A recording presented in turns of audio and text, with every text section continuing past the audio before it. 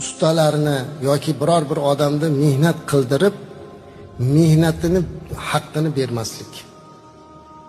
Bu narsa ko'p ba'zilar. Siz qanaqadir qo'lingizda odamlarni ishlatyapsiz, tashkilot rahbarisiz yoki o'zingizda bir xususiy katta bir idorangiz bor, tashkilotingiz bor, sizni qo'lingizda kimlardir ishlayapti. Uni haqqiga xiyonat qilmang, berib qo'ying uni pulini. Ba'zilar oyligini so'rasa jahl chiqadi. Sabr qiling deydi.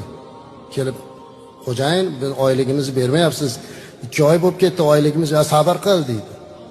Birodar, uni olayotgan oyligi sizga hech narsa bo'lmasligi mumkin. Siz yeganingiz oldingizda, yemaganingiz ketdingizda ham yo'q, lekin u bechora butun oilasi bilan shu oylikka qarab o'tiribdi. Oilasini shunga reja qilyapti. Bola chaqasiga aytayapti, oyligim chiqsa mana bunday qilib beraman deb turibdi.